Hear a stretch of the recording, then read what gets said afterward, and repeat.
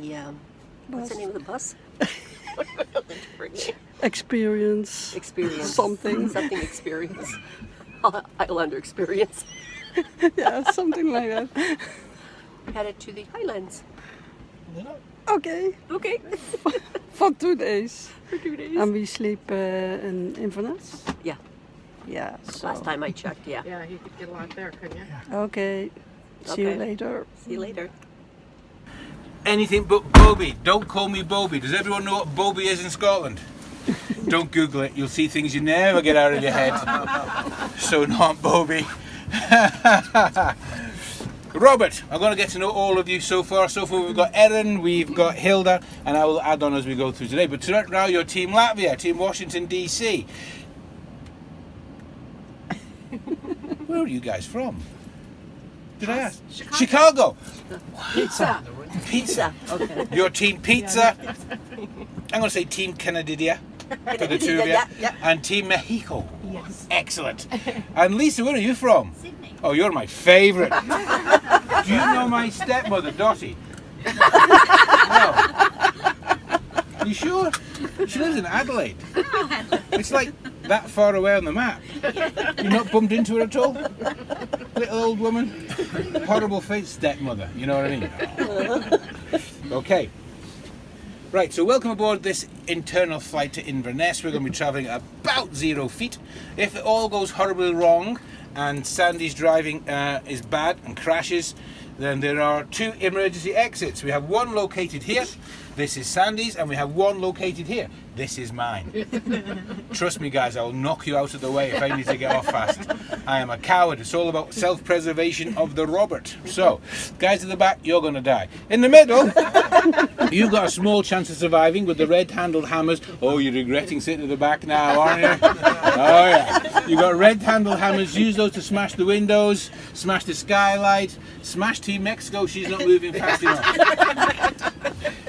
We also have a first aid kit. Where? Somewhere. My interaction passenger is getting coffee. I don't care. Just let you know. Okay, thanks, Claire. I don't like her. So down the bottom, we've got the first aid kit is at the bottom of the door. Glad she opened the door, I just remembered where it was. So it's down there. Now, fortunately, I don't do blood. I hate blood. I will pass out. What do you like with blood, Sandy? Not too bad. Not too bad. I'm not confident. Team Mexico, you are now, what's your first name? Era. Era. Dr. Era will be your doctor for the day. If you manage to cut yourself on the soft furnishings. If I or- don't pass out first. If you don't pass, you're not allowed to pass out. You're the doctor. You are the doctor. Very happy to see you. James, you're my favourite. Okay. In which case, if guys want to take you to Kilmahog, where not only can you see them, Erin, I will buy you some carrots and you can feed them. How's that sound? That's what we'll do then. Okay, James, we're going to Kilmahog for a lunch break. All I'm doing is telling you what you already know right now, aren't I? Yeah. Go ahead. No. You've upset me now, Connie. Okay, yes. So, Blackness Castle stood in for William. And I'm hoping we get the guide to give you guys a little wander around. He's got lots of inside knowledge about the filming, about where all the various scenes were set. So if I can purloin him to take you around, that's what I'm going to do. It's going to be my first job is to go and grab the tour guide and get him to do it. What we'll do then, since we all want to take a picture of a hairy coo, is we'll head up to Kilmahog. It's not the greatest of places for lunch, I'll be honest with you. But they do have hairy coos.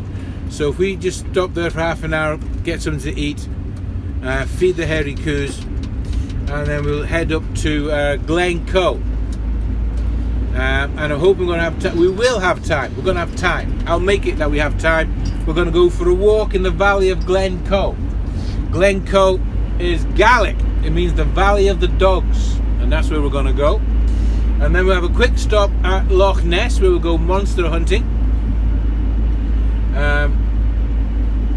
The chances of us seeing the monster of Loch Ness are very slim because she's at home with the kids right now. That's another my wife joke. I'm so brave when she's not around. Okay, so this is Blackness Castle. As I said, I'm going to try and get our guide to take you around, but it's known as the ship that never sailed. One of the things that I'd like you to do is when we go in through the main gate and you go to the left, you see that little portcullis, go through there onto the pier and have a look back, and it looks just like a ship. It's absolutely stunning. And you remember this, one of my favourite scenes is if you nose in that way, and then we want to be backing into that way. Yeah. One of my favourite scenes is when they rescue Jamie and Claire, when they take the cows in. This is the place. I wish I'd been here when they were filming that. That would have been hilarious. Sorry, it's £5.50, okay, so I'll tell you that before you go in. So everybody who wants to go in, are you all Outlander fans, by the way? Yeah, that's fine. If you're not Outlander fans, the next 20 minutes will be very boring for you, and you won't have a clue what I'm talking about. So, right, not a problem. I'll be back in 5 minutes' time, folks. In fact, make it 10 minutes. Have a wander around the outside. There's some nice views at the bottom corner out to the bridges and things like that, and I'll meet you back here in 10 minutes' time. Okay, folks? Brilliant. Yes. Thank you very much. Ray, thank you so much.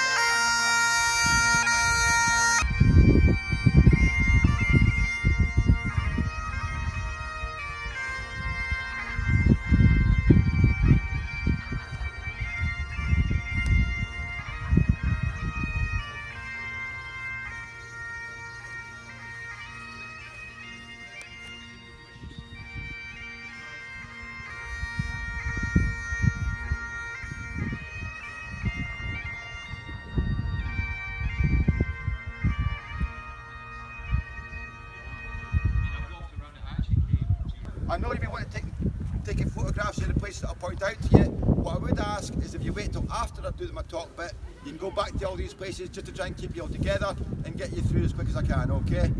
So if you wait for the photograph till after, unless you're videoing me, then just crack on, it's not a problem. Right. Does everybody speak English or understand English? Yep, even with a heavy Scottish accent, it's perfectly fine, is it? Any problems at all, just ask me and I'll slow down or I'll repeat it, okay? Right. When you get to go around by yourselves, please watch your heads when you're walking around. There's some very low lintels and some very low archways. Please watch your footing when you're walking around. It's quite rocky in here and the steps are quite uneven as well, okay? So please just beware when you walk around by yourselves. Right, there is a one-way system, but I'll point it out to you. I'll show you where it finishes.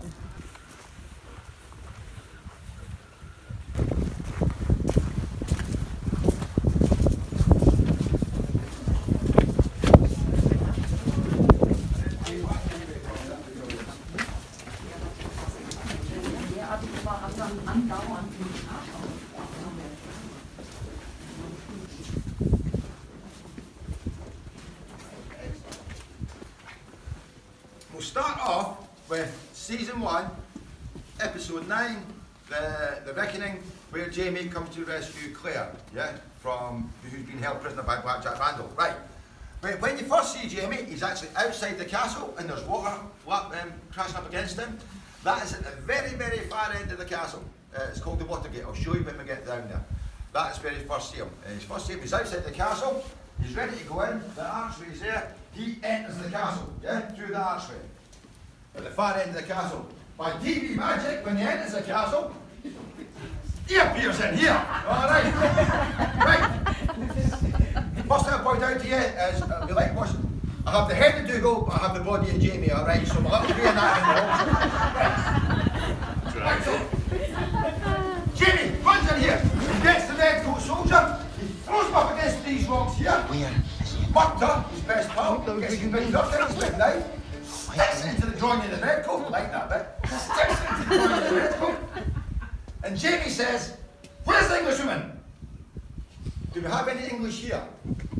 No, it's perfectly fine because some of my best friends have friends who are English. So, where's the Englishwoman? The soldier says, "I don't know." Jamie then says, "The next words out of your mouth will be in a lassie's voice." I'll translate that for you. The next words out of your mouth will be in a girl's voice. That's what he says. So, the next words out of your mouth will be in a lassie's voice. The soldier says, "She's in the commander's office in the tower." So, Jamie then runs back out there, appears at the far end, outside the castle at the far end again, gets his other two friends, Rupert and Angus, comes into the castle, appears in here again. So, Jamie, Martha, Rupert and Angus are there, the red goes up against the rocks, Jamie leaves them there, they say, "Don't be long." Jamie then runs in here and runs up these steps here. Alright? See, just like watching it back on television. So, when you watch it back, folks, you'll recognise the archway here, because the camera is basically there facing this way. You'll recognise the archway, you'll recognise the rocks where they throw the red up against, and now you'll recognise this hole in the wall here, and the light, they're boxed in wood, but you will see it when you watch it back. Oh yeah, there's that light that's being pointed out to us. All the metalwork, all the railings throughout the whole castle were covered in wood as well to make it look an 18th century castle. So when you watch it back, when you see them run up the steps, you'll recognise the railings, but they're covered in wood. You'll recognise that window there and that window there. That's all quite prominent in the scenes when you see them. So basically, he runs in here and runs up these steps. Right, in real life, folks, that hole in the wall that I pointed out to you, that is called a caponnière. I've been told that's French for chicken coop or chicken hut. Now, as you're all Outlander fans, you will know this. Scottish men are really, really good at one thing. Yeah? You're big Jamie fans, so you know what I'm going to say, don't you? We do it with passion, we do it with vigour, we practice a lot. It's not that, it's fighting. It's fighting. We are really, really good at fighting. Yeah. And a little bit of drinking as well. Yeah, drinking and fighting. Yeah, drinking and fighting. We are good at drinking and fighting, but we do practice fighting a lot, along with the drinking. We practiced on the Vikings, we practice on the Romans, and we regularly practice on the English. We really do. Every so many years we have a wee bit of a fight with them and things like that. So it's not just football or soccer or whatever it is. And if we're not practicing on them, for centuries, we're practicing on each other. We fight each other. So we've got nobody else to fight, we fight each other. Clan. Charge! Right there! And that's them running this way. A couple of soldiers behind that hole shoot them in the back as they run past them. It's a little secret room with a little tunnel that leads in and out of it. You can't get down the tunnel now. But it's called a caponnière. They shoot you in the back. Then you get as far as here, they'll shoot you from the top as well. So basically, the bodies just pile up here. That's the whole point of it, okay? So that's a real life bit for you. Right. It finishes at the bottom of these steps. So you'll be coming down the steps that Jamie went up. Now, when you get to the bottom of these steps, you can head back out that way if you like, underneath the arch, as ably displayed by my colleague there. You can head back out the castle that way, or if you have the time, head back into the castle this way, through this doorway. Okay? Right. Now we left Jamie running up them steps, yeah? Now we're heading here. So, right, just follow me, folks.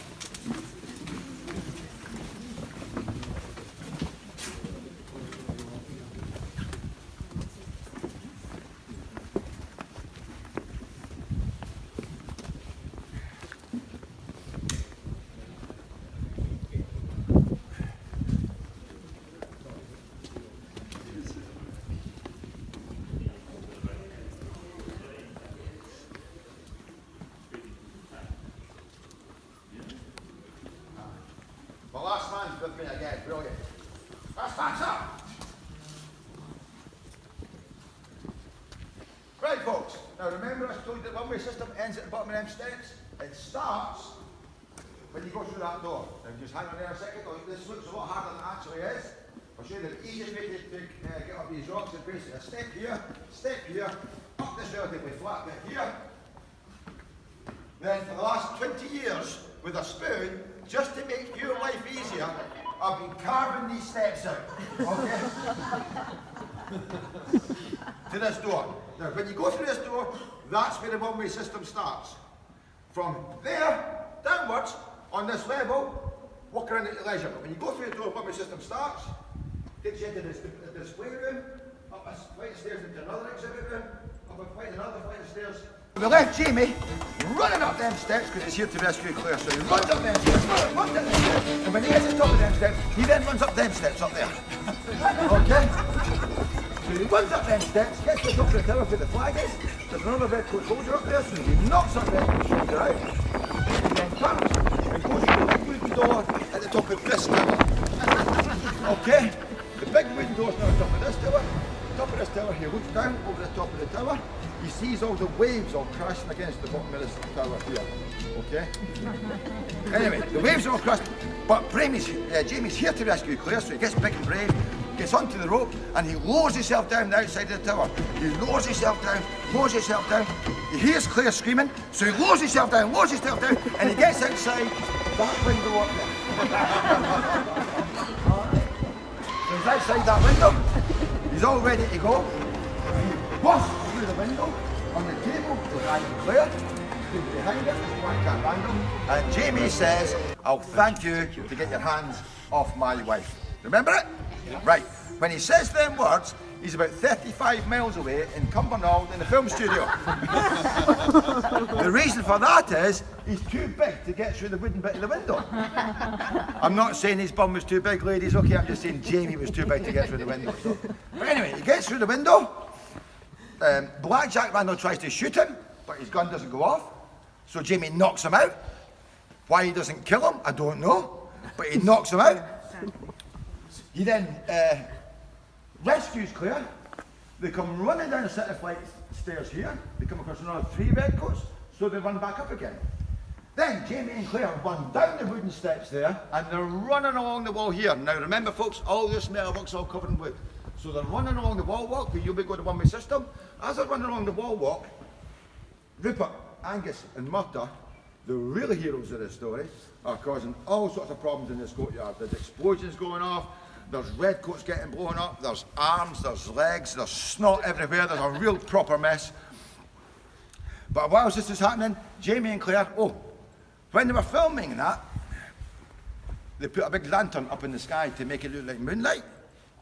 People from Fife over the other side of the river phoned up and reported aliens landing at Black Mountain. Anyway, so Jamie and Claire are running along there. They get on top of the wall, they hold hands, all dead romantic. Claire says to Jamie, are you sure there's water down there? Jamie says, I think so. And they both leap off there into the sea, the other side of that wall. Yeah? Remember? Right. Any couples? Do not try and reenact that, folks. Okay? If you leap off there, when you get to the bottom, all you'll hit is grass. It is just grass, there's no sea. It's just a lawn, you will damage yourselves, and more importantly, you'll put a big dent in my grass. Okay? Right. So that's when Jamie comes to rescue Claire. We'll jump a little bit ahead now to season 2, Dragonfly and Amber, when Brianna and Roger come back. When Brianna and Roger come back, the first time you see them, they walk through that doorway there. They walk up here, they walk to here, they stand at the corner there. Stop, basically stand there. They then turn around and they look down towards that big rock. Where that big rock is, they see the wooden platform where Jamie was flogged. That's the point where Jamie was flogged. Now, when Brianna and Roger come back, it's the 1960s, yeah? When Jamie was flogged was the 1740s, yeah? So according to Outlander, that wooden platform with the cross lasted 220 years next to the sea, the salt water, the storms, the wind, the damp, the darkness, the rain. So whatever preservative they used on that, I want that for my shed, because my shed lasts about 5 years maximum. So, right, so we'll now head down to the big rock where Jamie was flogged, okay? Let's head down there, folks.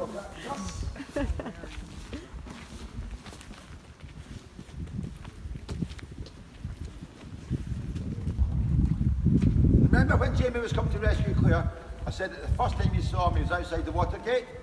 That is the water gate. You see that outside it when you head up the pier, out where the local drawbridge.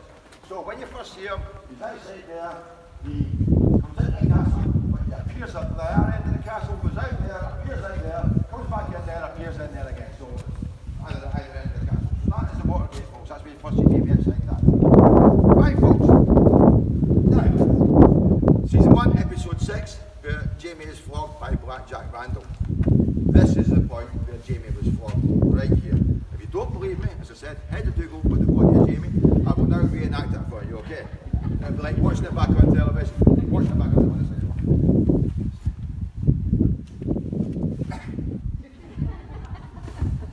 Eh? Just like watching it back on television. I know you don't believe me. I know you don't believe me, so if you pass it amongst yourselves, that's the two scenes basically, just pass it amongst yourselves. It's like that. When you watch it back, folks, you will recognise the archway with the rocks heading up to the archway. You'll recognise the tower. You'll recognise the spiral staircase. As I said, 82 steps to the top of that, the round bit. But it's a couple of floors to give you a break. Nice views from the top of that. That's where the wooden door is, where Jamie appears through the wooden door. But now, along with the wooden covered light that I pointed out to you when you came into the castle, you will now also recognise the 3 rusty stripes down the side of the tower, just to prove that it's the right place. It's quite prominent, you can see.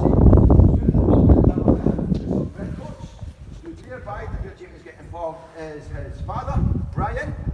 Sir. Brian, his father, Jamie's father. Round of applause for Jamie's father. What? Hang on. What, he has a stroke and dies? Oh God, no. Right, okay. He has a stroke and dies, watching Jamie being flogged, his son getting flogged, and stood nearby is the best looking guy in Outlander, Dougal Mackenzie, also watching Jamie being flogged. Okay. Right, so that's Outlander for you folks at Fort William Prison, Blackheath Castle. Okay, that's our filming of Outlander for you. Pardon.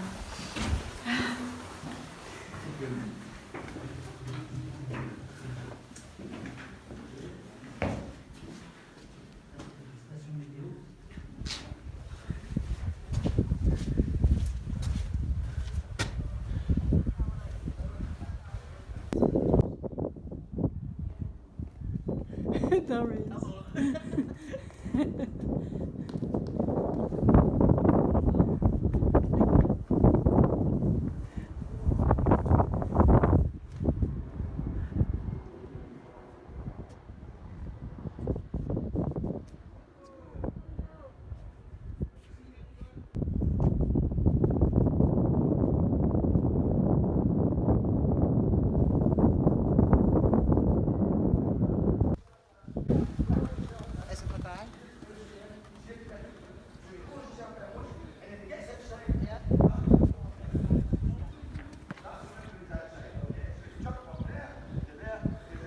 Graham McTavish, when they were in the graveyard part, that was the lassie that showed them around.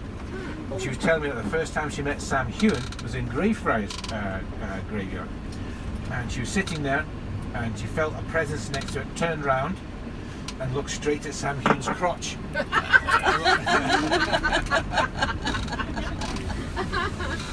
Charlotte, I was just telling your Sam Hewen crotch story. You want me to tell the Sam Hewen's crotch story? I just told them, but it's better from you. Right, so we had the filming that was going on for Men in Kilts, and before they all started, Graham McTavish, I was sitting on a bench chatting away to him, and this man there was somebody just next to me, and I turned round and Sam Hewen's crotch was but that far away from my face, and I sort of looked up at him. I was like, oh hi, and I just dismissed him and carried on my conversation with Graham, and then I turned back round and I looked up at him again. I was like, oh, you've got your clothes on. And Graham turned around and went, for once. So how was it? Oh. You're putting that online and my husband says Thank you, Charlotte. Oh, I don't like her. She's funnier than me. I don't think anyone's ever asked her what was Sam Hewen's crotch like before. That looked like a Welsh mountain sheep. Did anyone see its face? I know this is an Outlander tour, but we are running about 10 minutes or so ahead. So we could use that with a little extra stop. Let's see what Hilda and Yolanda did on their tour with Rabbies yesterday. Did they take you to the Kelpies? No. Has anyone been to see the Kelpies? We need to go there. Would you guys like to go to the Kelpies? Yeah. Chickens! Wait, was I distracted again? Okay, I'll tell you what we'll do, guys. Let's have a quick call into the Kelpie, shall we? And then we'll do Kill My Hog. Yeah, let's do that. James, have you been to the Kelpies yet? Oh yes. Isn't it fabulous? It's fabulous. That's a good idea. Thank you, James. You're now my favourite again.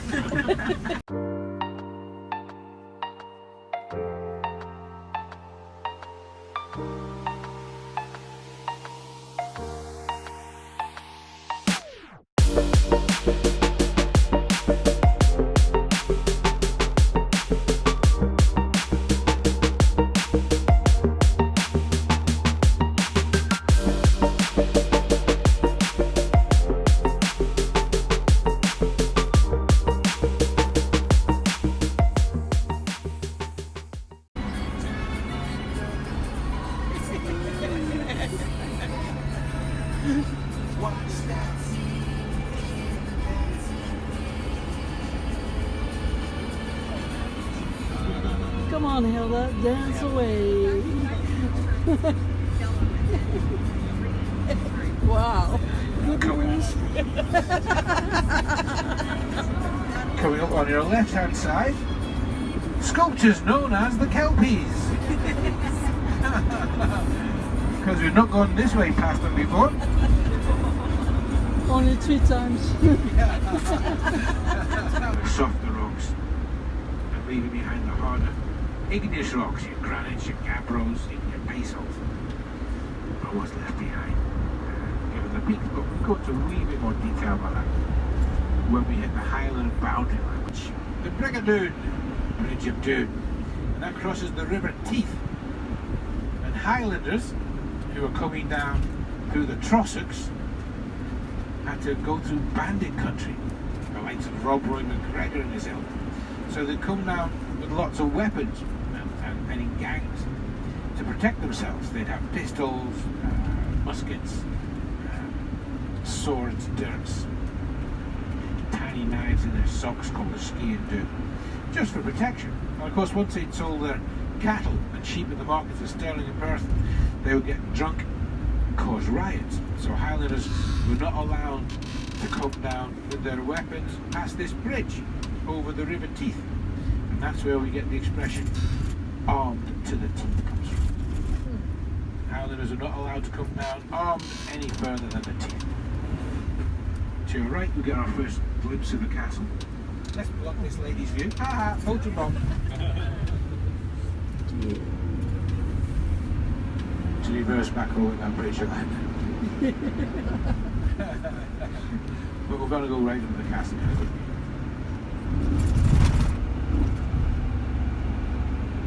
I'll try and give you a couple of minutes heads up because you've got the proper camera.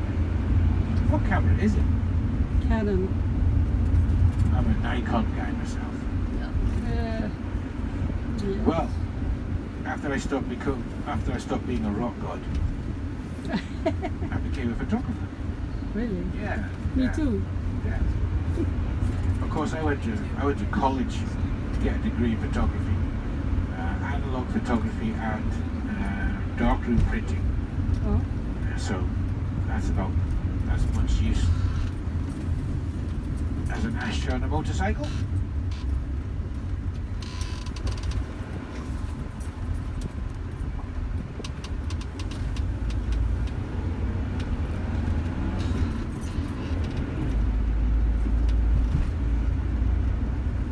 Do you still use film, Yolanda? This dates from about 1250. It's the old American Cross of Doon on our right.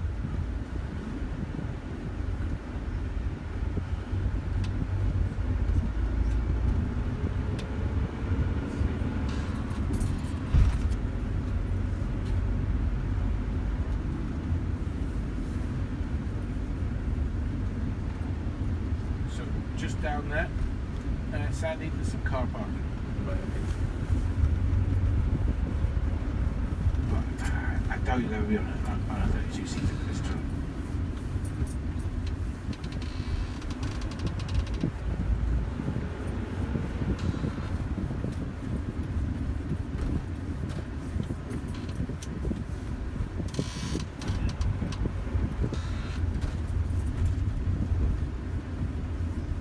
I've noticed a preponderance of BMWs, Bernard. Very close. Yes. Do you know, I was absolutely shocked when I found out that BMW was for the Bavarian Motorwerk. I always thought it was Bob Marley in the Wailers. You can't have that one either, Sandy.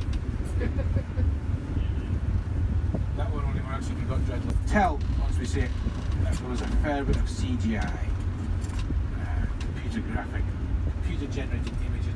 Wait, there's a Manny. Is it open?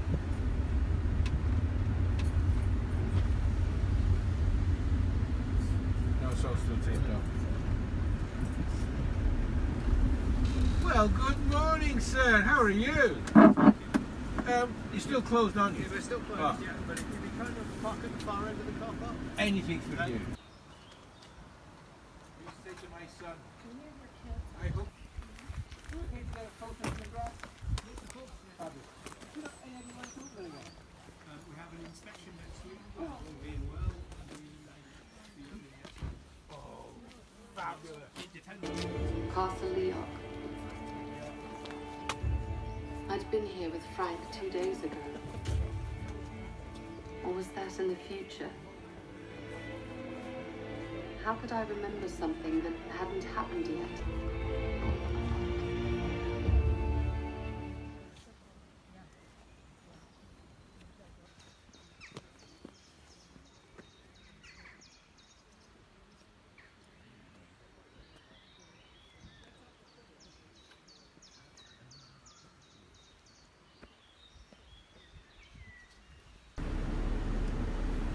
So that's Doon Castle, or Castle Leoch. Now it's time for something to eat. And we'll feed the hairy coos. Hopefully all the big buses will have gone by now. The microphone's not on, is it? Okay, let's try that again. 1, 2. 1, 2. You broke another one. 1, 2. Oh, Lord. What? Hey!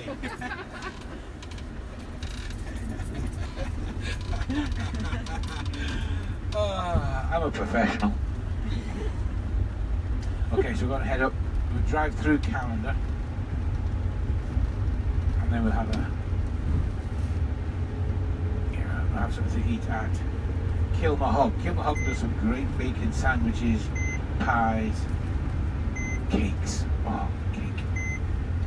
And if you haven't tried haggis yet, they do a nice haggis roll.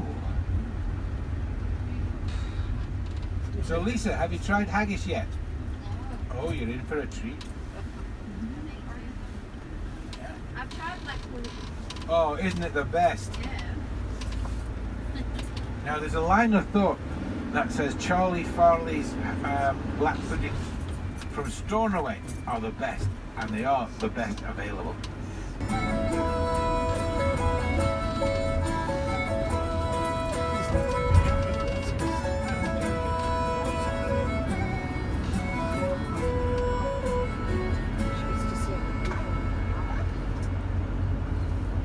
And here we are in Calendar, the gateway to the Highlands. There's quite a few gateways, we're going to pass a couple. This one on our way up, and Pitlochry on our way down. And that's because the region ahead of us is the Trossachs. And that was bandit country. And it was still quite unsafe to travel through bandit country up until about 1870 when the railways arrived. But the heyday, of course, was the 1700s, when this was just Ho Chi Minh bandits. And the main bandit, of course, everyone remembers, is Rob Roy McGregor. Roy wasn't his name, that was his nickname. Roy is Gaelic for red. because he was a redhead. He was known as Red Rob McGregor. And that's the guy that introduced us to blackmail. In Gaelic, blach means to protect. Mal is how they used to pay their small bills. You pay your big bills with cattle, your small bills with meal or mail. Grain, basically.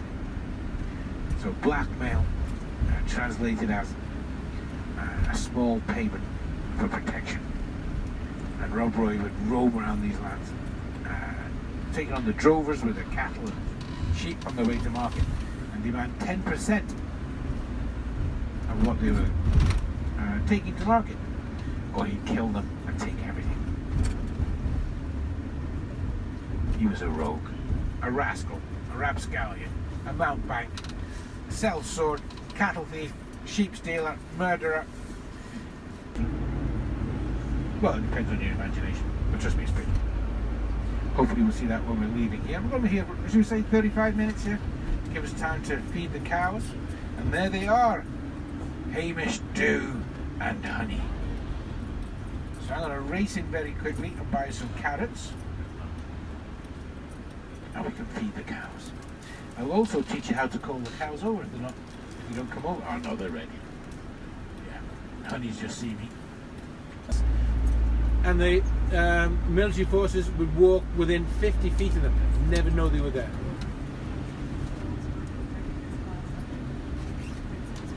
Is Balmoral? No, it's nowhere near. It's up in the northeast. Okay. Heading towards Aberdeen way.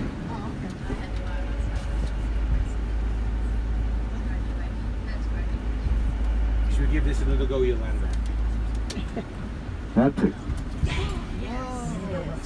There's no escape.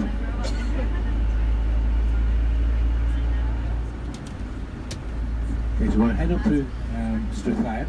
On your left hand side is the River Leddy, which when it's in spate is a magnet for the white water rafters. White water rafters, you know, the ones in wee canoes that go through all the foaming rivers, or as we call them in Gaelic, idiots.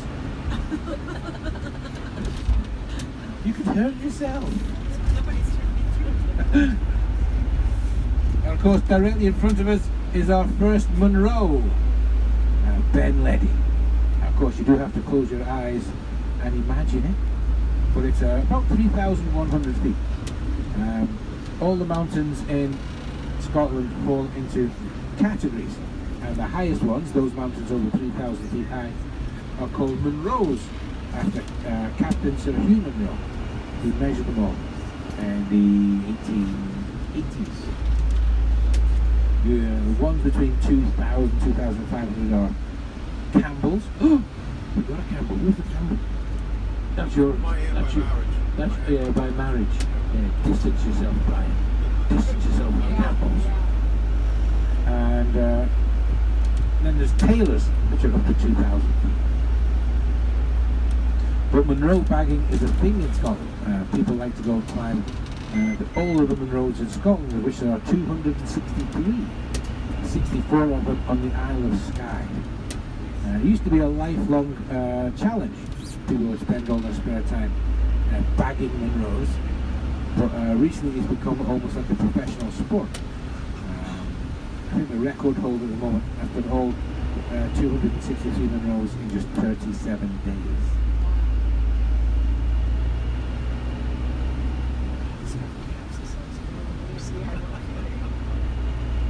And coming on our left hand side is going to be our first major loch of the day, Loch Lubnaig, or the Broken, or Crooked Loch.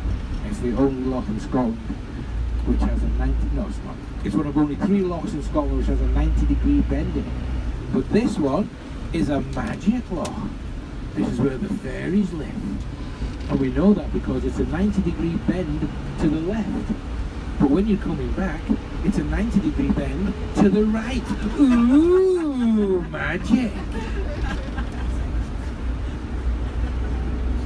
Yeah, I actually get paid for this nonsense.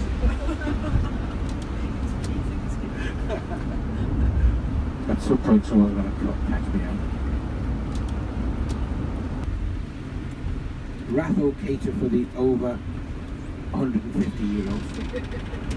We like to call it the toilet tours. They drive through Scotland, just stopping at the toilets for their elderly residents.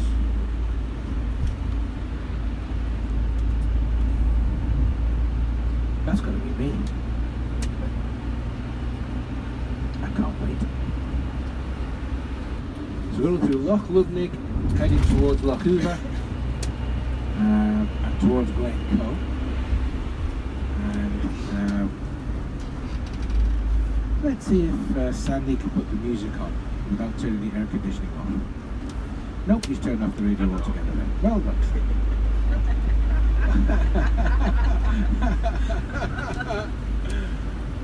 Oh, you're just pressing any button anywhere you like, aren't you, Sandy?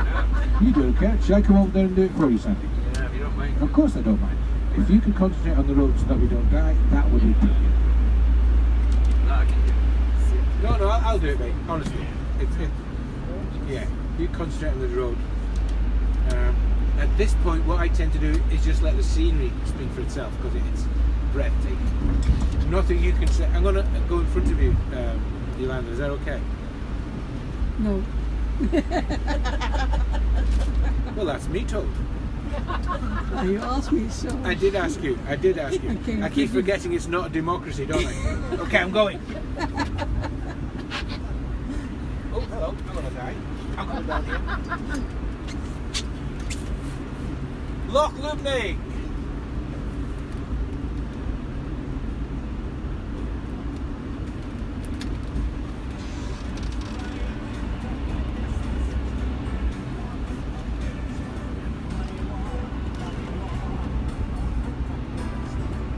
Yolanda.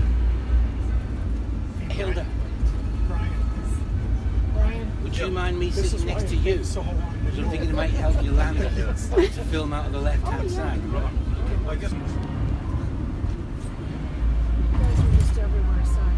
The Scotty took their name from a legendary Egyptian pharaoh's daughter called Scotia, who married an Irish warrior, went back to Ireland and started the Scotty tribe. Tribes, Saiti, Maetai, Caledoni, Hiberni, all eventually melded into the Scotty tribe. So in 843, a king called Kenneth MacAlpin became the first king of the nation known as Alba.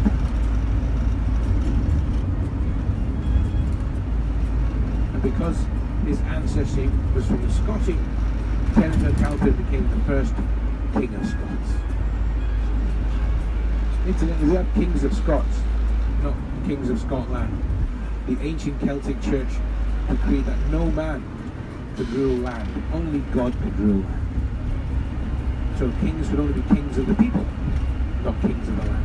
So we have kings of Scots, not kings of Scotland. Who was the Harry Potter fan? Was that you, Sam? Erin, Harry Potter fan. Oh, Connie and Erin, Harry Potter fan. Well, remember the second film, which I believe was called Harry Potter Runs About a Bit, Does Some Magic. Something like that, wasn't it? Something like that. Well, Dobby stops him going onto the train, doesn't he? So his friend Brian Weasley, the total psychopath. Beautiful. Okay, now you may be tempted. Sandy, you might be tempted occasionally. You don't have to keep looking around, mate. Don't worry. You might be tempted, Sandy, to pull into where this blue car is for photographs. Left the gas on.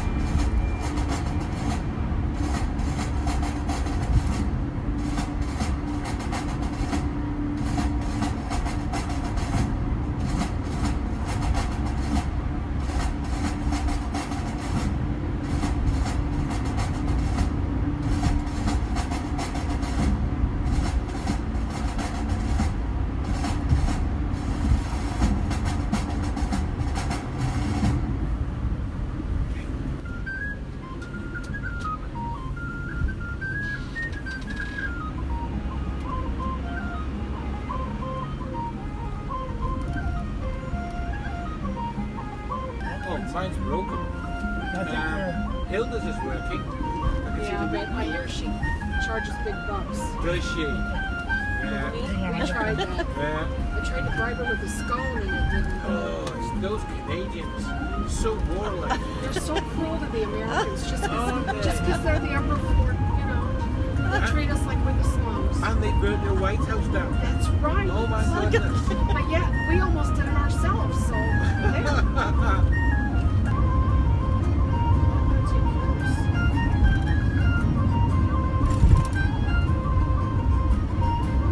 Yeah, seriously, 20 when you're doing it. If it helps Sandy, we've got plenty of time. Yeah. If you don't want to overtake, don't feel you have to. Sorry about that. Yeah, it only had 2 rounds. Isn't it? This is.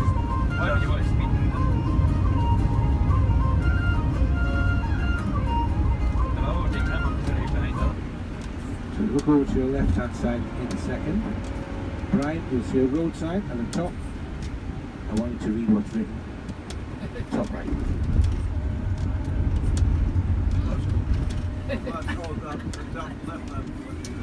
Yeah, I thought you might say that. So there's a second side to that apple. Okay, coming up on the right hand side, the same one. Gotcha, Brian. Go for it.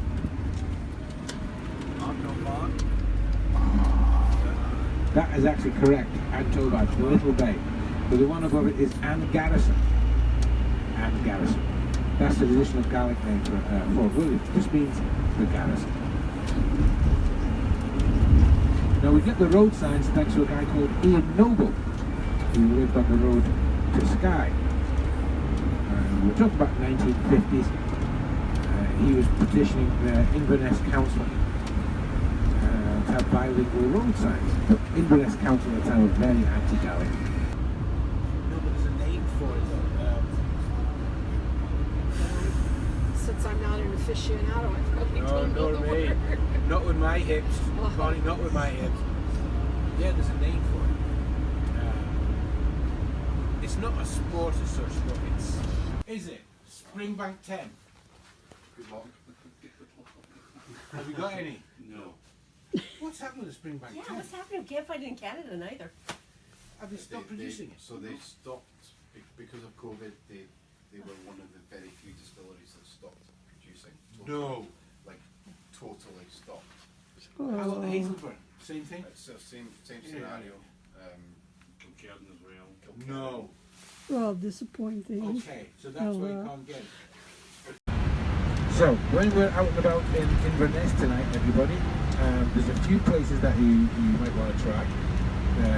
The best restaurant in Inverness is called Rock Pro. If you haven't already booked, you're not getting it. But do have a look because they may have some cancellations. It's Italian and it is by far the best restaurant in Inverness.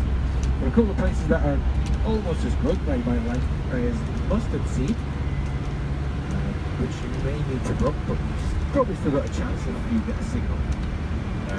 Go on InfoWeb, see if you can book online for Mustard Seed. That's Scottish bread and Scottish cuisine. Very, very nice. Other place that you might like is Prime, which is just around the corner. That's a steak and seafood place. If you do go to Prime, I suggest the starter of seafood platter, which is beautiful. Most people walking. Also, there are idiots.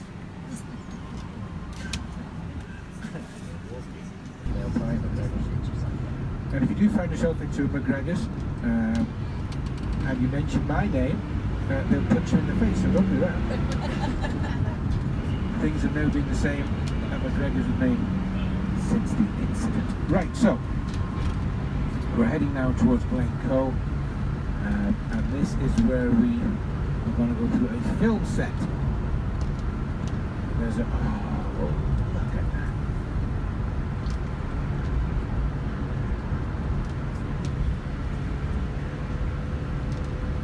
I'll just shut up. I'll let Mr. talk.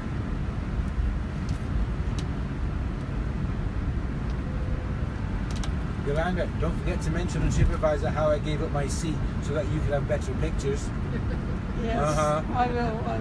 Everybody, I gave up my seat so Yolanda could take better pictures. That's Yolanda with a Y. That's Yolanda with a Y.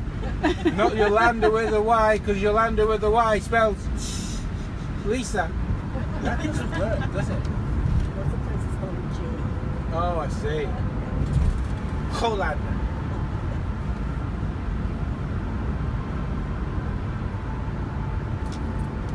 Lisa, are you a musicals fan? Like cabaret and... We could never be friends, Lisa. Do you not like musicals? I'm desperate to watch Hamilton. Yes, I was going to say, has anyone seen Hamilton? Is it as good as they say? Oh my God, he can rap the whole thing. Okay. I'm desperate to see Hamilton. Oh. I've just bought it a year ago. I bought the book about his life. Well, you bought the Ron Chernow biography. Is that Yeah. inspired? Yeah, that's the one I got. I haven't read it yet. I've my book Big, listed. I have it too. Lin-Manuel does a much better job with that. Oh yeah, really? Oh, I can't wait to see it. It's fantastic. You got to see it. How did you get? I was We going. saw it. We had Disney. Oh yeah, I do. So they're bringing that back to finish up the tickets. Do you like musicals, James? Yeah, very much. Have you seen Hamilton? No, I'd like to see it. Oh, so I'm heading down to London. We're going to have to go down to that London, the mythical place that's the streets are paved with gold. That's where that woman with the big hat lives, isn't it? All the diamonds And in the the big pocketbook. hats. Yeah. Pocketbook over her. Yeah. What is she keeping that? Keys to the castle? So if anyone watched the movie Train Spotting, it was a wonderful Scottish film by Guy Ritchie. not John Travolta or Guy Ritchie, no. Irvin Welsh. Fabulous writer. But does write in the vernacular, so difficult. Isn't he spectacular, James? He does write in the vernacular of a Leith resident, so sometimes it can be difficult to read, but rewarding when you do. They made a movie of his, I think it was his first novel, Train Spotting. And there's a scene in it where they all stop and they go up for the day into the Highlands, and the train station is over. Is it over to our left or right? It's over to our right. Where they stop, take views of the back of Glencoe. So we'd left England in a bit of a pickle. Henry had started the road to turning England into a Protestant state. What to do? Fortunately, there were a couple of Protestant cardinals who decided to reverse Henry VIII's decision to Elizabeth, Queen of England. Dun, dun, dun. Now, really the crown should have gone to Mary, Queen of Scots, who was next in line, but not only was Mary, Queen of Scots a Catholic, she'd also married the King of France, so as far as England was concerned, that. So no. So, Elizabeth's on the throne. However, Mary and her second husband and cousin, sounds like they're from Dundee, Mary's second husband and cousin, Henry Stuart, Lord Darnley, had a child, James. And he was raised as a Protestant, and after the Catholic Mary abdicated in favour of the Protestant James, he became James VI of Scotland, and on the death of Elizabeth in 1603,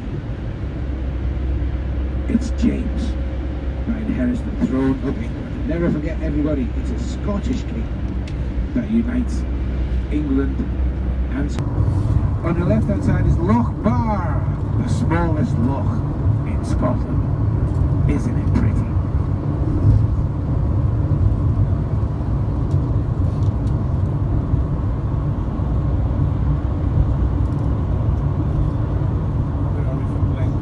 So we're about 10 minutes away from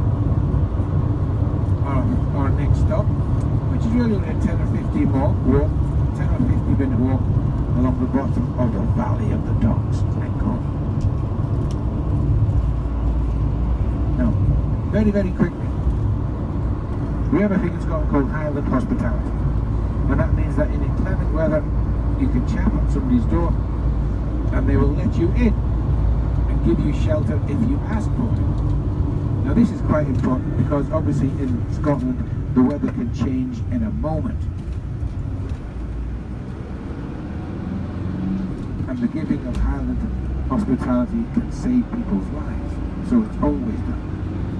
It doesn't matter who you are, camels, they're too big to mess with, so they went on the side.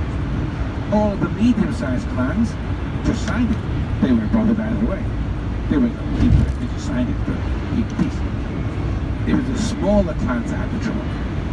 Because William had said, any clan who hasn't signed this by December the 31st, 1691, he's going to get medieval on it. The right, we're not going to use that one. Irish, absolutely. They have a huge Highland festival on Grandfather Mountain. Oh, in North do Carolina. they? Oh, it's massive. It's just massive.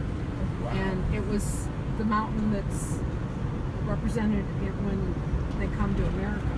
When they have the gathering. Yeah. They use that based on Grandfather Mountain. Wow. But every July there's a massive Scottish Highland Games and festival. Calling of the clan. Calling of the clans. The whole thing. Did you do that Highland muster roll? Yes, they do. I knew you'd get. I love that muster roll. Colin Mackay is coming. Ola Mackay is coming.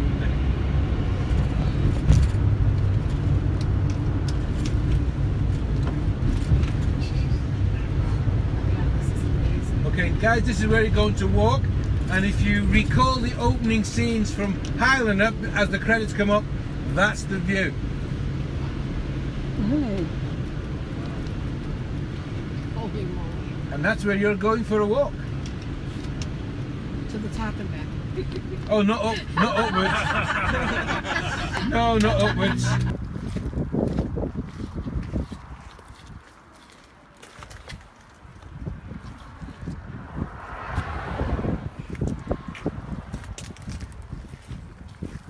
I have to start bringing me little icky-uppy thing. People are just leaving rubbish all over this place. We zijn nu in Klein Co en dat is intro van Outlander, die bergen. We gaan een wandelingetje doen hier.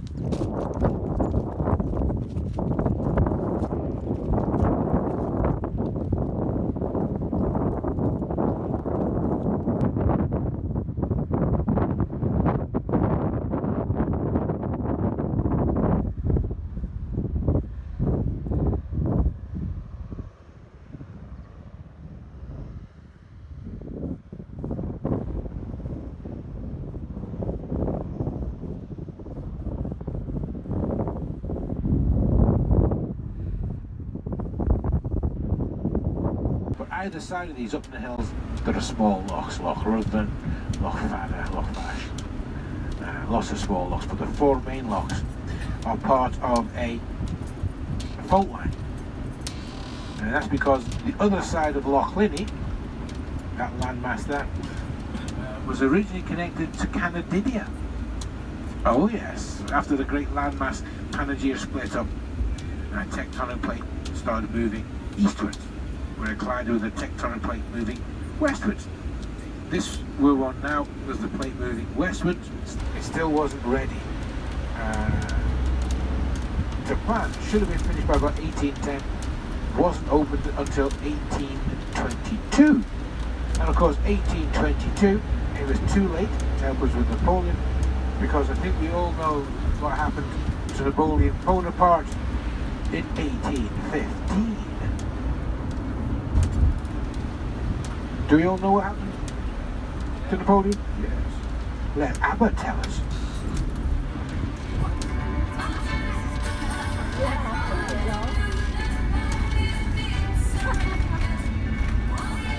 Oh yeah, I can get Abba into anything.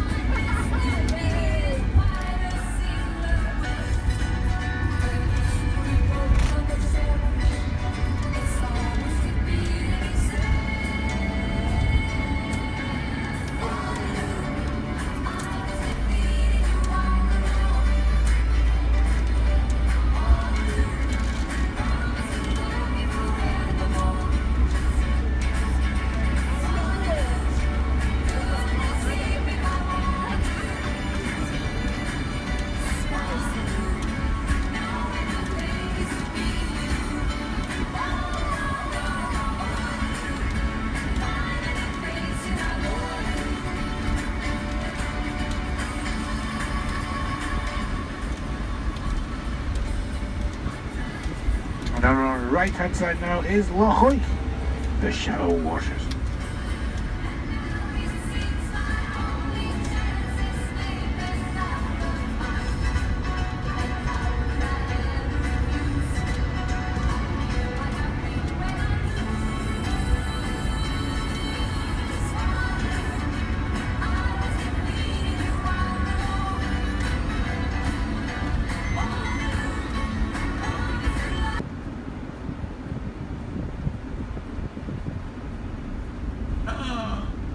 They're so pretty. They're so hairy. They are so hairy.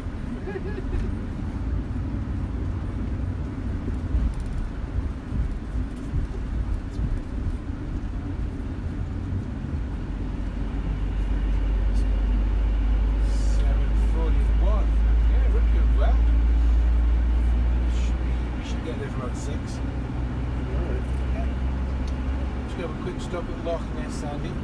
Yeah. Just an inch photo stop, a bit like that one.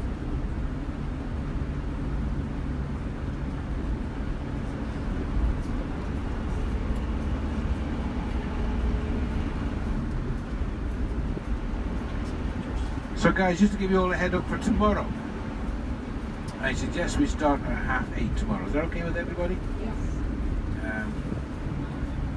Let's say 8:30, because most of the bed and breakfast that you're with start serving between 7:30 and 8 o'clock, so we've got plenty of time. Those of you staying in the Ardross, your breakfast time starts about 7 o'clock. And it's an all-you-can-eat buffet at the Ardross. So I'm usually there for about 5 to 7, waiting with my fork and my plate. Don't get in my way. Those of you staying at number 25, I think your breakfast starts at 8. So either way, we should all be ready for picking up. So what I'll do is because we have the earliest breakfast, I'll be everyone in the Ardross, if we're on board, ready for 8:30. Then we should be picking up the rest about 25 to 22.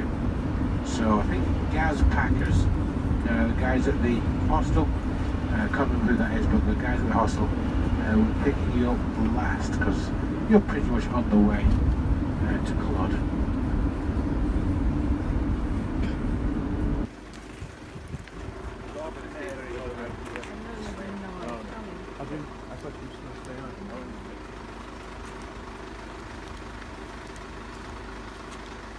vernacular of the old days, just to make it seem more real. One of his monks come running up to Columba to report a creature attacking one of his monks. The monk says, "Hey, cold baby, get hip to this, Daddio." I think we can all agree that is how they spoke in the old days. Yeah, get hip to this, Daddio. I'm going to give you the skinny on this bad guy. There's a creature munching down on one of our boys. "Wow, baby," says Columba. "Let's get hip and get the happening. Let's truck on down." So they trucked on down, and they didn't see one of the monks about to be nibbled by a creature. So Columba said some prayers, whacked it over the head with his holy staff. The creature slipped back beneath the waves and has never eaten anybody since. Well, so they say. I have a problem with that. Mainly being that if you've been eaten, who are you going to tell? They could have been nibbling away at people for years. The next time it was seen was about 70 years later by a Domnan, the abbot of Iona. He was coming over when he was writing his hagiography, the life of St. Columba. He too saw the creature. Over the years there's been sightings, but this road wasn't built. The only road along Loch Ness was the Dores Road, which is up in the clouds to our right hand side. Yeah, so the only way you could really travel along the side of Loch Ness, you couldn't see Loch Ness until 1932, when this road was finally opened. This road took much longer than the rest of the A82 because it had to be hacked out of the mountainside. But in 1932, when this finally opened, the stretch between Fort Augustus and Inverness, one of the first people to drive along it was a young Oxford couple. Both professors at various Oxford universities on a driving honeymoon. And as they reached Loch Dochfur, which is adjacent to Loch Ness, they had to brake rapidly and suddenly as a creature slithered from Loch Dochfur across the road in front of them and into the waters to the right. When they arrived at Inverness, they said, "Oh, what kind of seals you have here, with the long necks and the long tails?" And the local replied, "Oh, that was no seal, that was Nessie." And that was the start of the modern sighting. Since that sighting in 1932, there's been over 4,000 recorded and unexplained sightings. There are many theories as to what it is, but we all know that there's definitely something mysterious in Loch Ness. There has to be, because I don't think we would invent something just because it brings in £164 million a year in tourism. Oh no, there's definitely something in there. Theories as to what it was go from a plesiosaur, and that's based on a photograph taken by Agent Shine in his little mini yellow submarine. And he saw this diamond fin, which a lot of zoologists reckon is the fin of a now extinct plesiosaur. Of course, that got better credence when the early 1970s they discovered coelacanth, a fish dredged up from the bottom of the North Sea. That had been thought to be extinct for some 30 million years. They dredged one up, completely unaware that it no longer existed.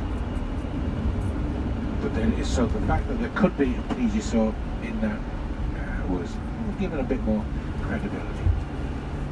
Agent Shine himself, one of my favourite guys, lovely guy, he thinks it's some form of an eel that we have yet to identify. Isn't that fabulous? Wow.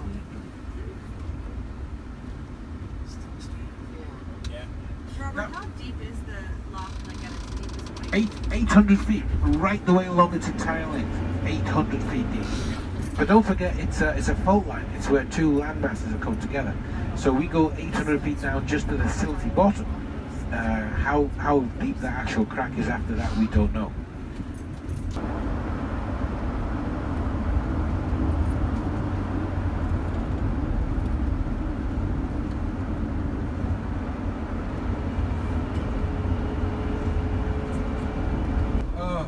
Sandy, please don't do a chore like I do a chore. One of us has to get a good review.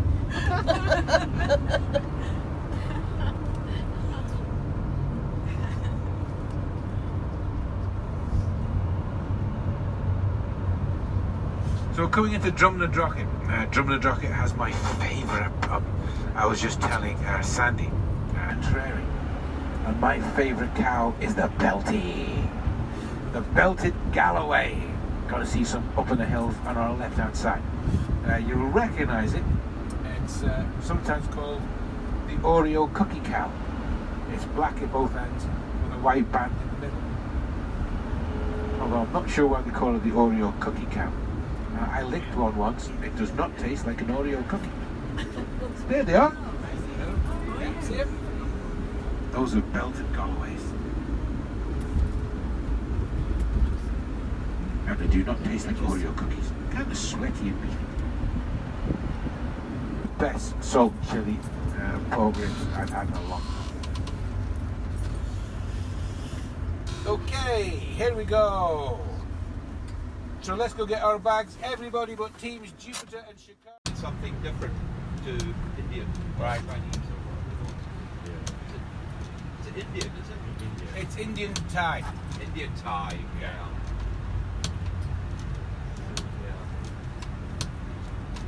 Going to hit Claver Cairns first. Have a wee walk around a 5,000-year-old. Well, it's Neolithic site. Burial cairns, temples, and standing stones. And of course, it is the inspiration for Dun na Crag, no Crag na Dun. Would have gone back out to the left, all the way to Drumnadrochit, the other side of Loch Ness. Huge complex, and it was a rolling complex, so would have started somewhere over to our left-hand side, then developed where we're going to, and then as each of these temples and burial cairns went out of use, they would move along a little bit. Most of the temples became burial cairns. Oh, Harry Potter fans, see over there? That's not the viaduct either. So, I'll bring you up and take you down. So this is a rolling complex of temples. The first temple we're going to see probably dates to around 2,500 to 3,000. We've had to push the dates back. I'm a friend of the Nessa Brodga.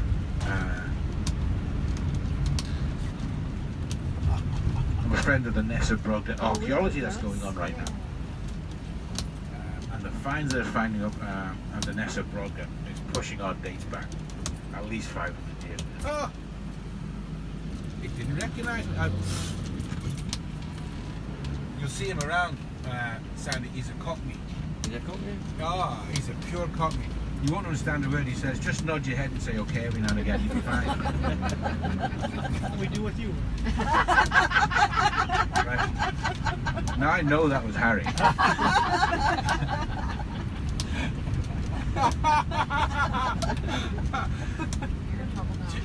Do you know what, Harry? I've just realised people actually do that to me a lot. More with a look of sympathy in their eyes. Oh, we're going across the River Weak first, everybody. So nobody worry. It's the River Weak.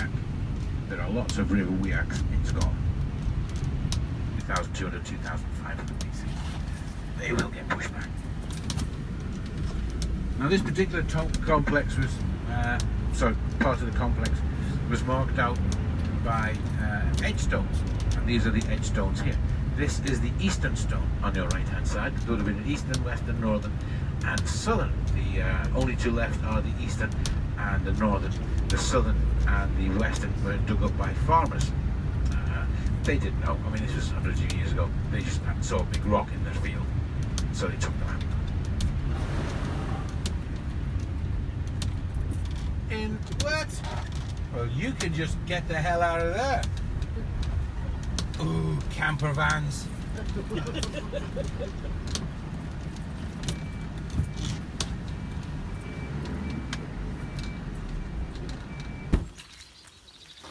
go. Walk this way. Come on, walk this way. I can't believe some of you are doing it.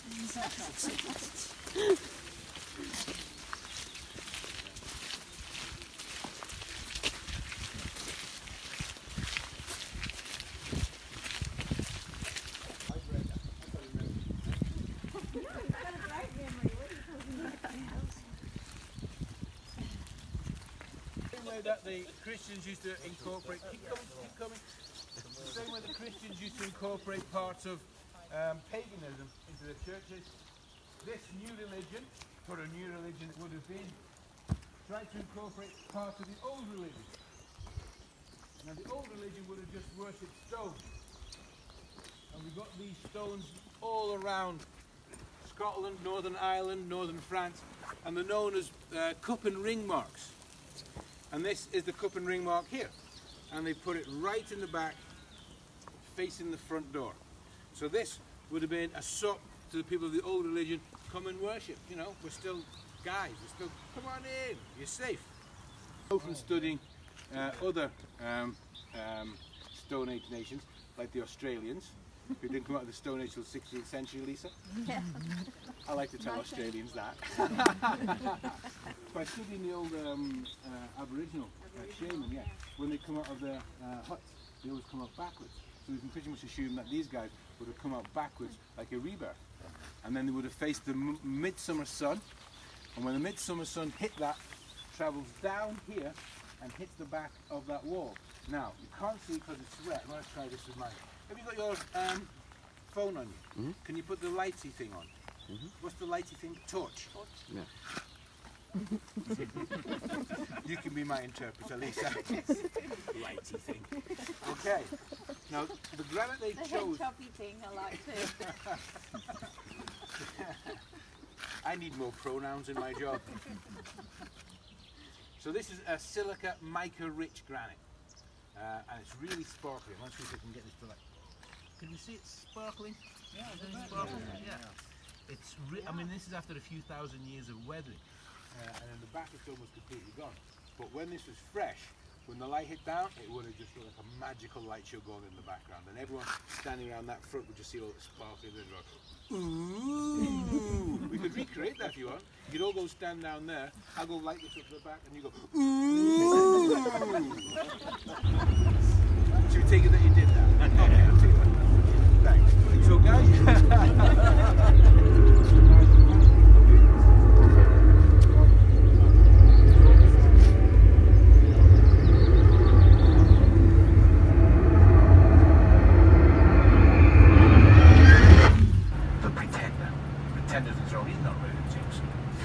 his job to try and garner enough for us. Obviously he's got the Pope on his side. The Pope recognises him as James III of the United Kingdom. So does France, Spain, and now the wars are on. Unfortunately, it's a big battle in the Caribbean which the French lose. They have to hand over James as part of the surrender terms, but of course French, ever loyal to the Scots, say to the British, "Oh la la, we cannot find him. We don't know where he is, as a wee monkey." And they sent him off to Spain. And he's living in Spain at this point, hiding from the British. But in 1719, the Spanish are trying to make good their losses in southern South America.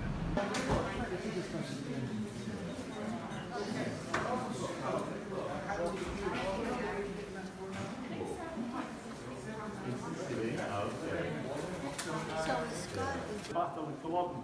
If you'd like to know what happened to them, their fates and fortunes, please follow me to the battle zone. The presentation will last approximately 18 to 19 minutes, and then you're free to regain your position on your tour. If you wish to see the presentation, please follow me to the battle zone. Oh, and that flower he gave. Oh yeah, you haven't seen that season. Maybe you've seen that season. Well, don't give any spoilers.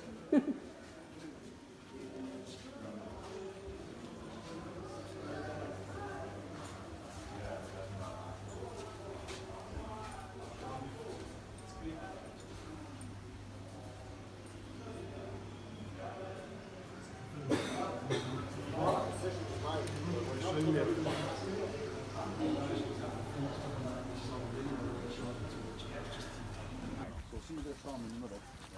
Big bricks down there. Hands up. You've probably heard the battlefield when the two sides.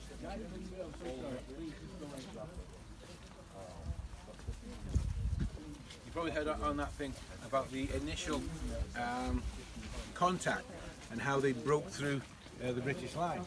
Now, that's a supposition. Later archaeological evidence isn't really supporting that anymore. Everybody's finally come around to my way of thinking, James. It's been a hard slog, but I finally convinced people that I'm right. Everybody else is wrong. So where's my Jacobite? Okay, guys, if you can move along that way, smidgy bit. Okay, so you have got that's perfect. Right there. So you have got bayonets, single shot muskets, and what you're going to do is you're going to lift up your muskets like this. That's more of a machine gun, Bernard. Right, and you've got one shot, and then you're going to shoot, and then you're going to stick your bayonet on it. Yeah. Now, generally, what would happen in this sort of instance is that the Jacobites would come howling down. My Jacobites are Jeff, Brian, and Si. Are you a reluctant Jacobite, Si? She's a Jacobite. Do you not want to go? She's a McPherson. You're a McPherson. I'm going to show you a McPherson gravestone soon. She's a fierce warrior. So what we're going to do, guys, under normal circumstances, this is what we do. First of all, we hand our coffee to James. Thank you so much, James. You get paid for that. We've got a targe. So we get the word target from. Targe. Shield. Round shield, studded, rim round the top with a piece of brass. Nice fight in the middle. Okay? Inside our hand, we've got an 18-inch gun. So the blades sticking out the bottom. We've also got a pistol and a broadsword. We're getting ready to charge them, right? Michael.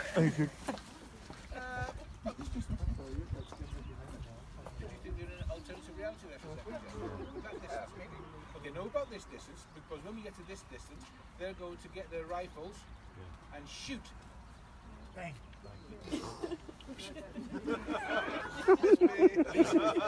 Lisa's got a silencer on hers. But unfortunately, she hit you.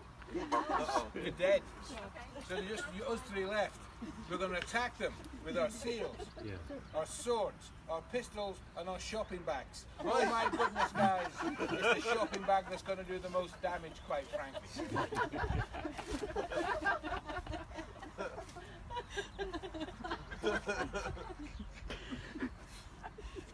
don't have to do this. I could go get a job at Amazon. Right. So what we do is we come in. They've now fixed their bayonets.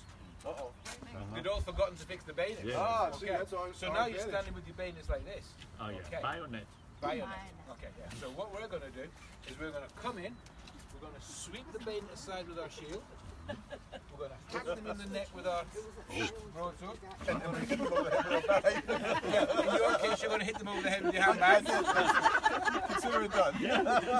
Do it. Then we're going to kick them in the kahoonies. For chocolate, yeah, for chocolate. And when they double down, we're going to smash them in the face again with our shield. Oh my goodness. And then we're into the next line. Okay, that is what would normally happen.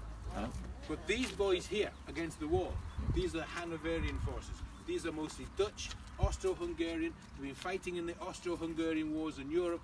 These, for nearly 10 years, most of these guys, they are welded. They are a band of brothers. They are formidable fighters in their own right. So what's going to happen this time when we come in? Don't need you two guys because that handbag was just not effective. When we come in, she's dead. As we come in on the main line and sweep this bayonet aside, this guy bayonets us.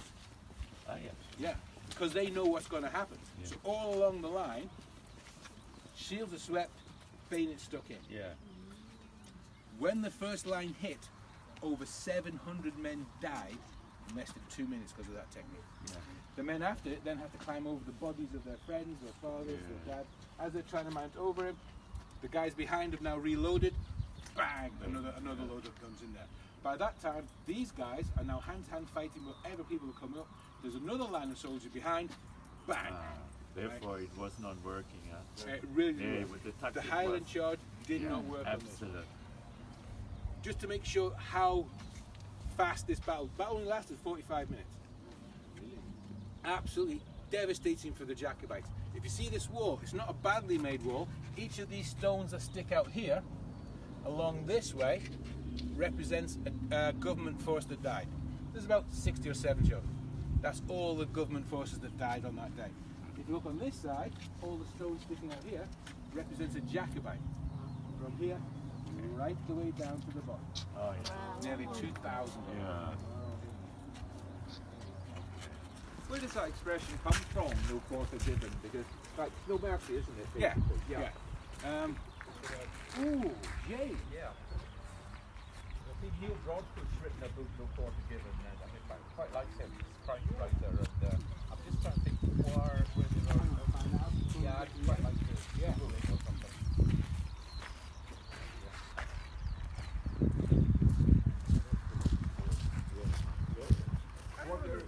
The battlefield, when they fire the cannon and they fire a low trajectory, they fire it so it bounces along the floor. Because the object of cannon at that point was not to kill. If you kill one man, you take one man out of the battle. If you can horrifically injure one man, you take out his friends who are going to try and help him. You'll take out any medical orderlies that are coming to help him.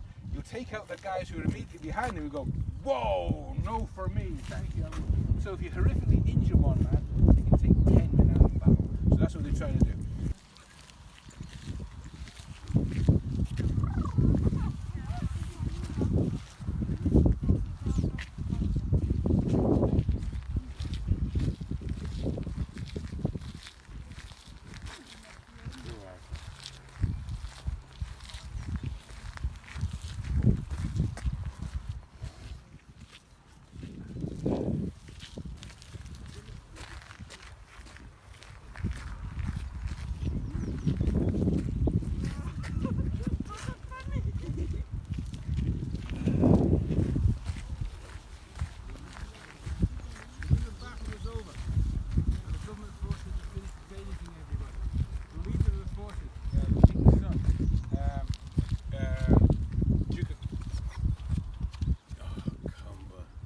Duke of Cumberland.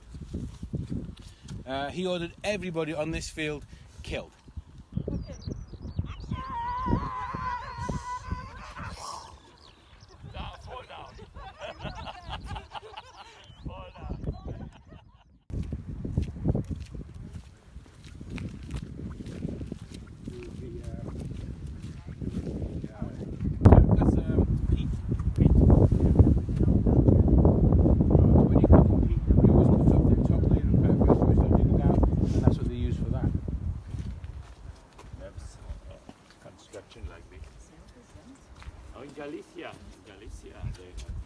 Well, yeah. So it would have been a living heather roof. The Black Isle. And as you notice, it's not black and it's not an island. Otherwise, it's very well named. It gets its name actually from a misrepresenting of Old Gaelic and New Gaelic. In Old Gaelic, it was named after the patron saint, Dúnich. So Illa Dúnich, which originally meant Little Dewy. But when the New Gaelic came along, Eel Dú means Black Isle. So changed its name from Little Dewy to Black Isle. They've got a beer distillery there, Black Isle Brewery. I have the memory of a goldfish. Oh, and another thing, I have the memory of a goldfish. What did you say? I have the memory of a goldfish. I can't remember. No. Tiger in the Wall last night. Did anyone try that Glen Speen lager? Who went there last night? Lisa, when you got your takeaway, did you get a takeaway beer as well? No. Okay. There's this, I've never tried it before, called Snow Goose Lager. If you ever see have you tried that? Yeah. Oh, that was my first time. Oh, it was like being born again. Absolutely fabulous. So we're going to head off. Once we get onto the motorway, I have a request for a quick outline. Don't worry, I won't go into details, Hilda. Of Mary Queen of Scots at the beginning, what happened to her. So we'll do a brief outline of Mary Queen of Scots. as we head towards the Higland Folk Museum. Then we'll go for the dram, and then we're going to put some music on right now. It should be Scottish, but I think we all know my iPod right now. Probably ABBA. And then I'll get back to you. Guys, enjoy the scenery as we head through the Cairngorms, which translates as the Blue Mountains. Kick that step. Oh, I'll do it next. Ahead of them, as a form of a giant grey shadow. It's known as the Grey Man of Bendigo. But he scared the bejesus out of lots of people before they figured out it was just an opportunity.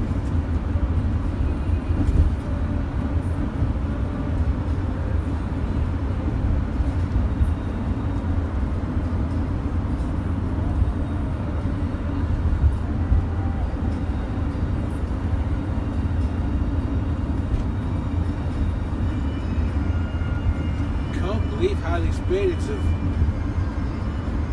rented his bus off Grange Bus. Yeah.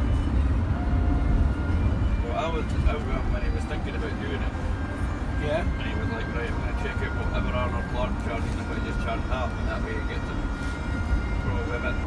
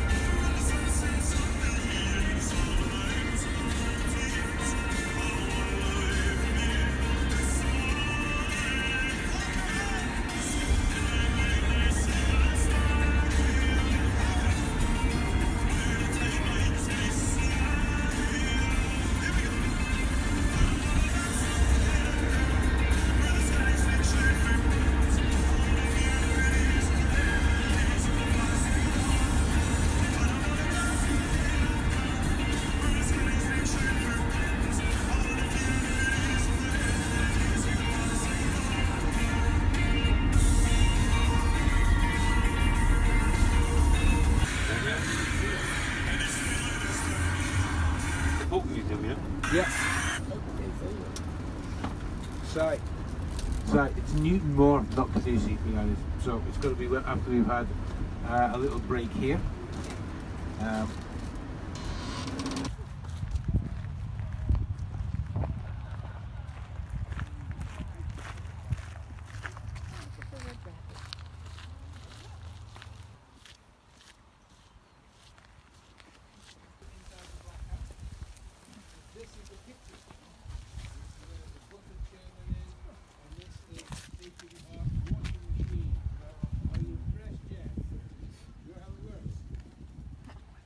Sitting up in a semicircle.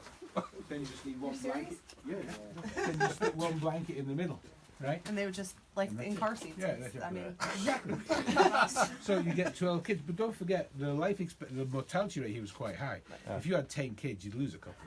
Yeah. So yeah, you just five or six. You just keep churning them out. I mean, this one seems like it could be held down by some exorcism, but well, we wouldn't really have. That's a later thing. Generally, you're in a small box or a drawer from the and it's stuck on top of the rest of the kids. And if the kid was particularly leaky, sometimes you have a rainbow going up this high there. No, you wouldn't. But it would drip down, and the kids would get all worried. See, like the flowers are lovely. But everyone's stuck to urine anyway, so no big deal. 1920s, we put in these. Colour name is it breaking? Don't stall or we're going to die. It's a manual.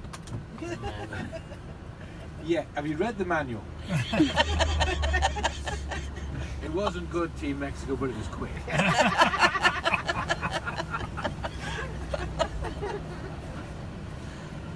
Yeah, so Mackay's.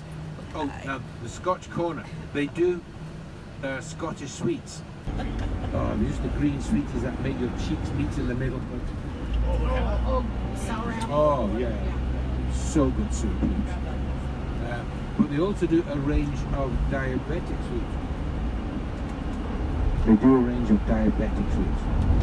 Because I'm a diabetic, I was so happy. And I bought 3 bags.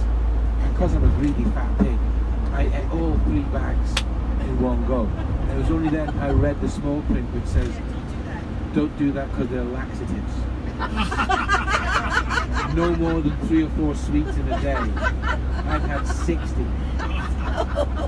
Honestly, guys, I was frightened to break wind for about 10 weeks.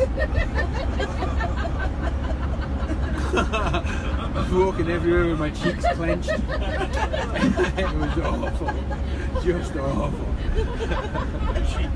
Yeah, there's a prayer that you say, cheeks don't fail me now. Oh, I tell you, you couldn't have swiped the credit card between my cheeks there.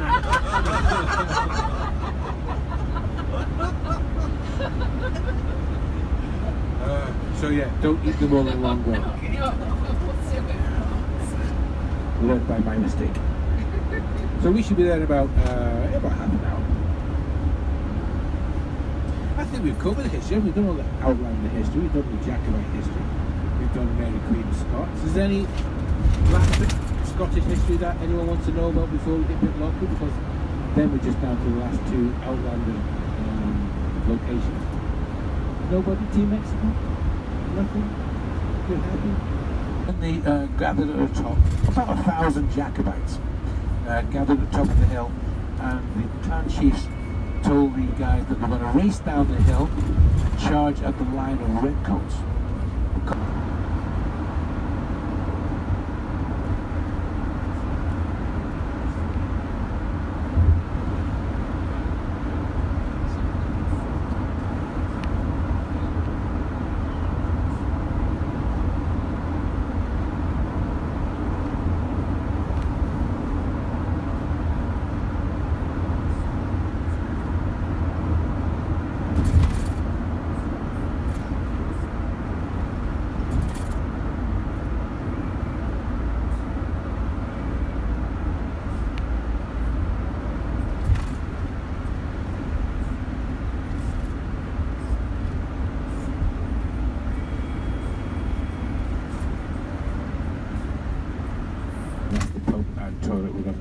A little bit further down there, you see Turkish Barber. It's black corner down there, Scotch corner for the sweeties.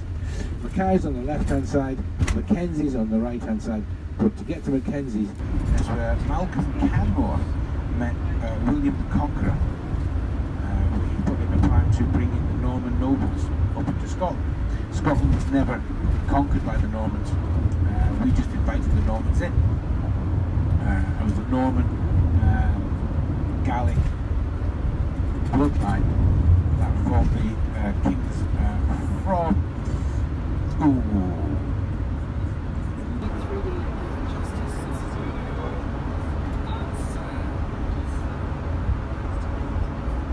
So either side of us, as we go to the Cairngorms, you're going to see these patches of brown on the hillside.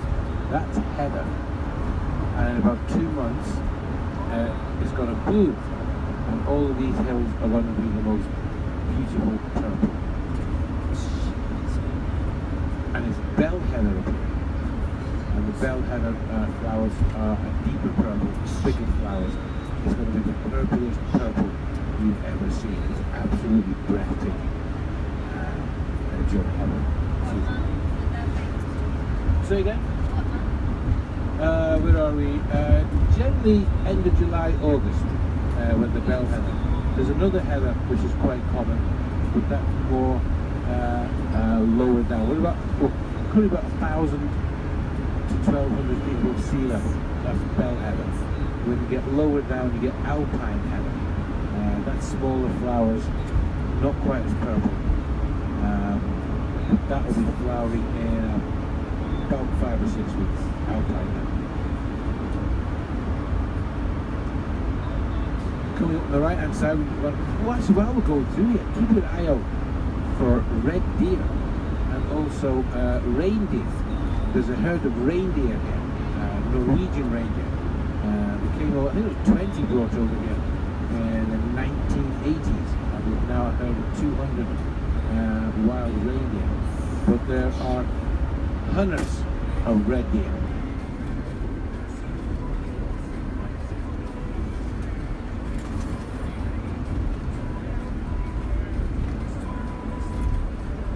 I really wanted to go and knock on the doors of the Kremlin and say, "Is Lenin?"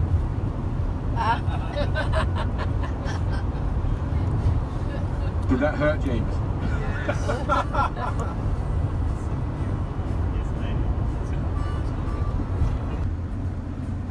His family lived here. I think it was his grandparents came from Stratford. Or one of his grandparents. I was just so upset about not getting a phone call for Johnny Cash's play. I was furious, Yolanda. Furious.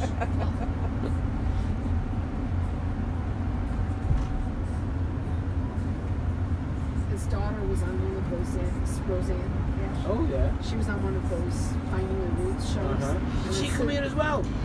What? Did she come here No, as she well? didn't, but as soon as he brought out the documents, she started going on and on about how thrilled her dad was to come to Scotland and find his family. Oh yeah, it was really cute. So it clearly meant a lot to him. Yeah. You know?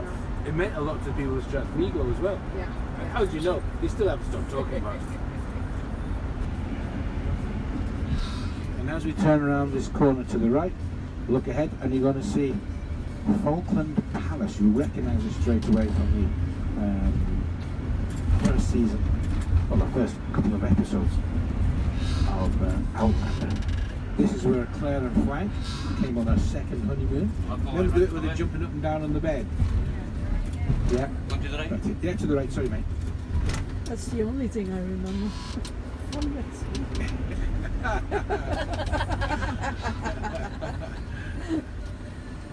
Oh, we're not doing too badly. There's other tour groups still here. Sandy, park right in front of them so they can't get out. Pardon? Put the bus right in front so they can't get out. Is that where I want to park, yeah? Yeah, actually it is. It is because they put the stick on the left here. Seem to be surrounded by homes marked with blood. Perhaps Pharaoh has refused Moses, and the spirit of death will travel the streets of Inverness tonight, sparing only those who mark their doors with lamb's blood. It may be closely thick. It will be some sort of sacrificial ritual, but it's a bit pagan rather than Hebrew. At best. However, I couldn't shake the feeling that Mrs. Graham's words had a ring of prophecy. The war had taught me to cherish the present because tomorrow might not ever come to pass. But what I didn't know at the time was that tomorrow would prove less important. And she used to put a blue vase in the window for me so we could take photographs of people. And I said to her once, "Do you think they need any extras for the show?" And she looks at me and says, "I don't think there were any dreadlock black guys in Scotland back in those days, right?" What do you think when we first saw you?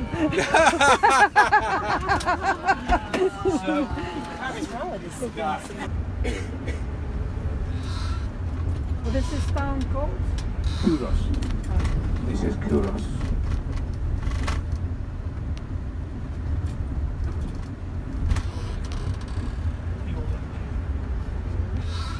Yep, the MG's been here since 1625. Okay, see the bus stop there on the right hand side? Should do the left hand side, doesn't it? Yeah. And there's Bruce's, or the Bishop's Palace there. So we're going to do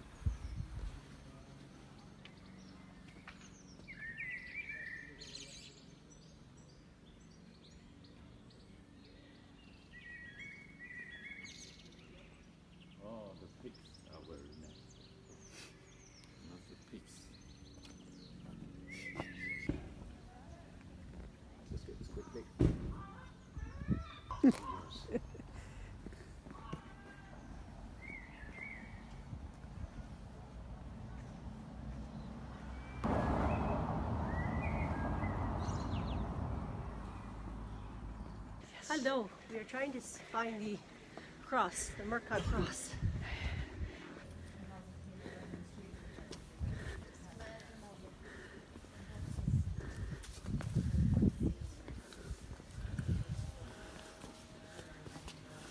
So that's Gail's house. That I recognize. So we're at the Murcott cross where the boy was nailed by the ear, and it's being seen from Galis's house. That's where Claire is also. Yes.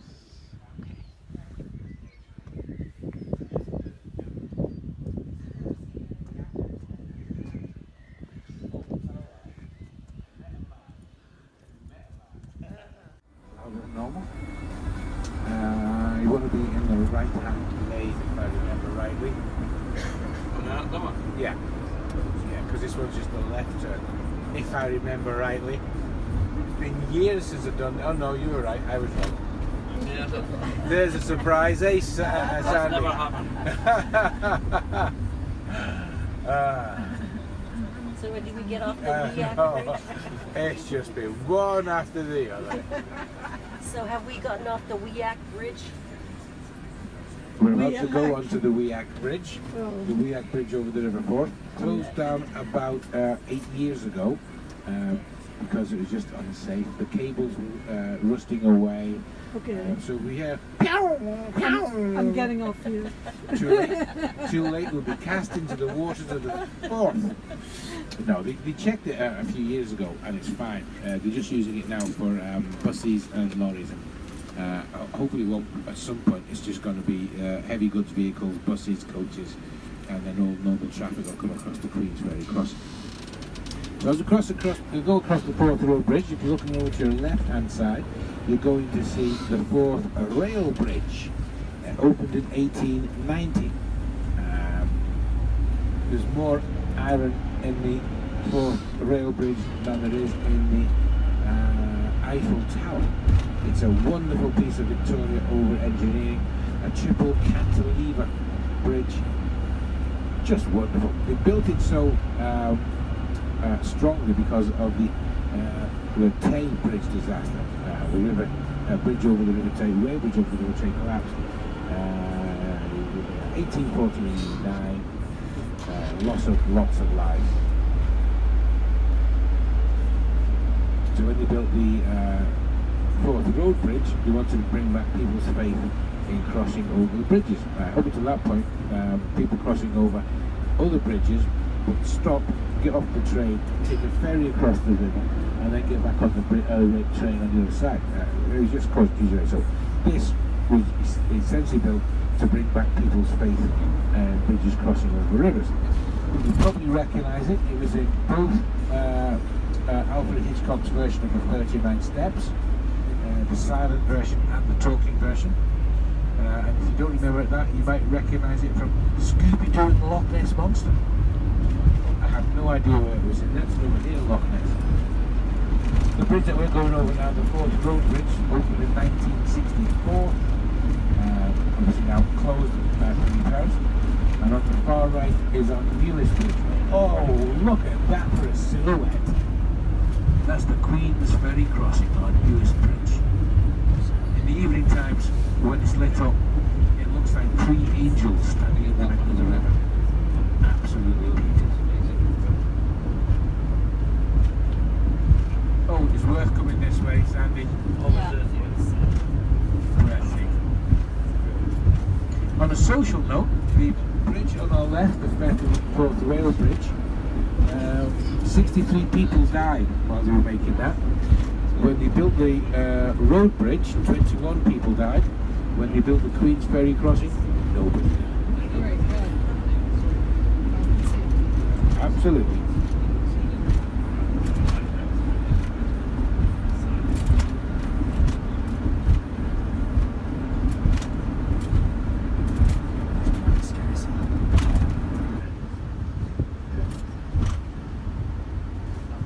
This one.